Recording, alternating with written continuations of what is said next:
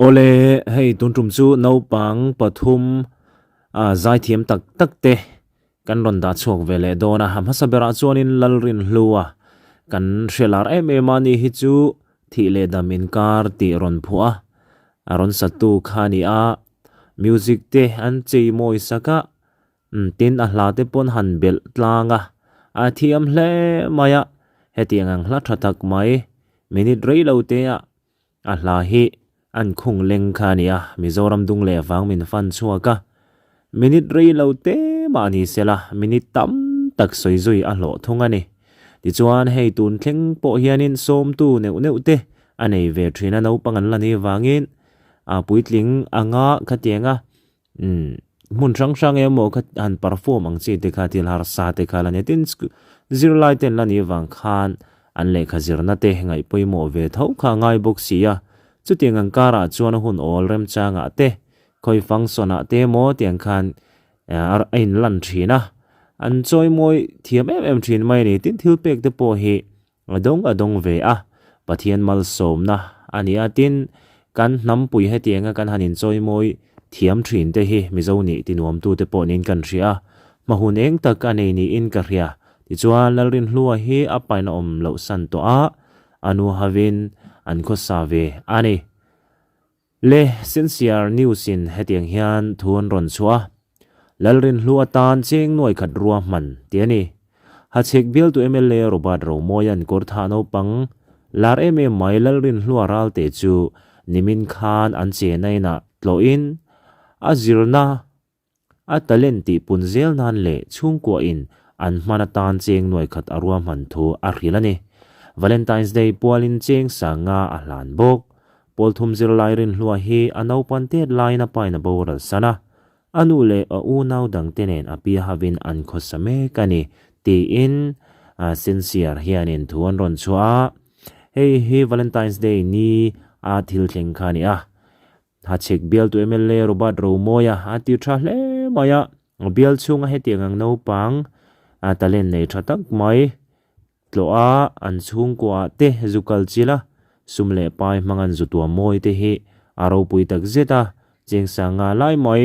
an man atul rolan mana tan tiang hen an zuhlan khania chumi pia lama chuanin Cheng Nuai khat Rinhlua te chung kwa an valom pui om te lul em Cheng Nuai khat kha an tan hian Robert ro moi hianin ada saka arwa man sak donani chu nakena an han ti fel chawanga chung koin tangkai takin an mang tura te po ngai la ti chuan hei Rinhlua hi enkol thattakin ron enkol chho sela tin nge ni promoter tha te po amamo hle en ka ria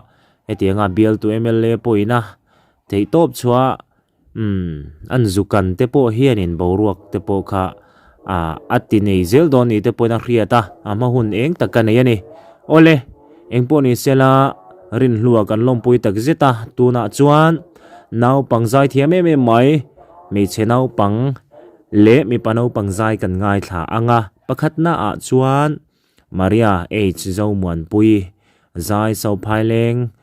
me che Naupang zaithiam mai ani a hi hanin tlang taila hemi zo hianin zaithiam dang kanin haule bokang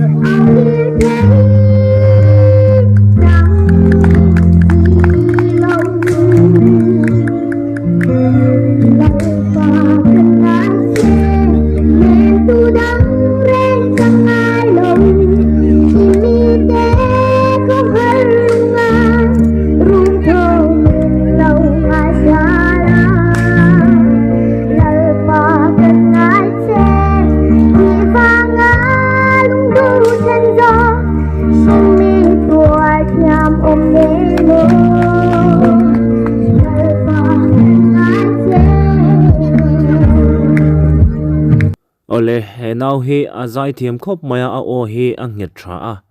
tên mang thiam viu mai ala naupang te lul nen kuming za chi nge tuna hian ani ka chiang ji lawa ti chon lung le ya tuna hian an om me ka school ten la kala heti hun lai vel hi chuanin kum sari kumriat ti borvel ni in ka ria ti chuan hei azaina hi so phai leng volleyball court ania tournament na a tiang hen final opening nge closing ka hechi alawa chuta chuanin tiang hian zai turin an soma thiam khop maya he hla aron sakna chan po hi he tournament hi la tran puya khriat ring nana an buat sai khania ti chuanin an chung ten he la hi an request ni in ka ria solo chuan chu tiang vel chu ni a thiam khop mai chuan kan ngai thlak chun zom zelanga hi a channel ania YouTube lama khanin subscribe te kan ti du ni chuanin han me sak taliam mela thain ka ria amaro chu hei zirna konga thanem ngai ril ru in sorbing kha kan du rian ti wang khanin an channel lama hi chuanin azai hin ronda hri lutuk lawa tun lai vel hian maro chu nakin loka pui takin ron comeback le tura kan ngai ani ngai thajelang kan du lai wal yang da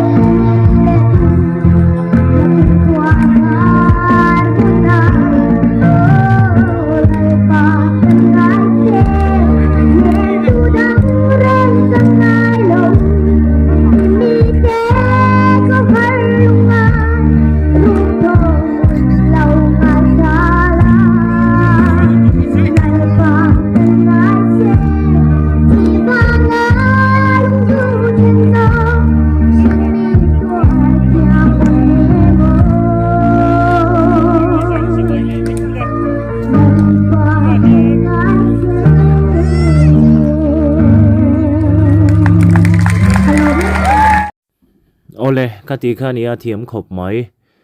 thiam in ti ve po ka ringa engpo ni sei thingtlang om ten nia che thi a harasa thina hengla anga chuan promote tu te po kha hamamo vio ani khatiang zonga khanin gan beng war sak theite ni chuan in thavia wang ole tu na chuan hei Eric Ram mangai sa nga zai kan ngai thla ve lenga ni hi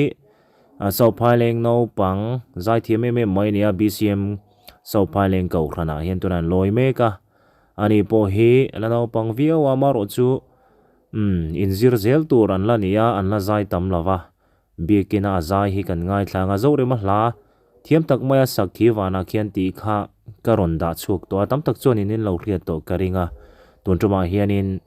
hla sakhi kan han ngai thla ve lenga ti chong comment na lama te po kan ngai dan te kan soi ve do ni lo ngai thlang ule Erika ani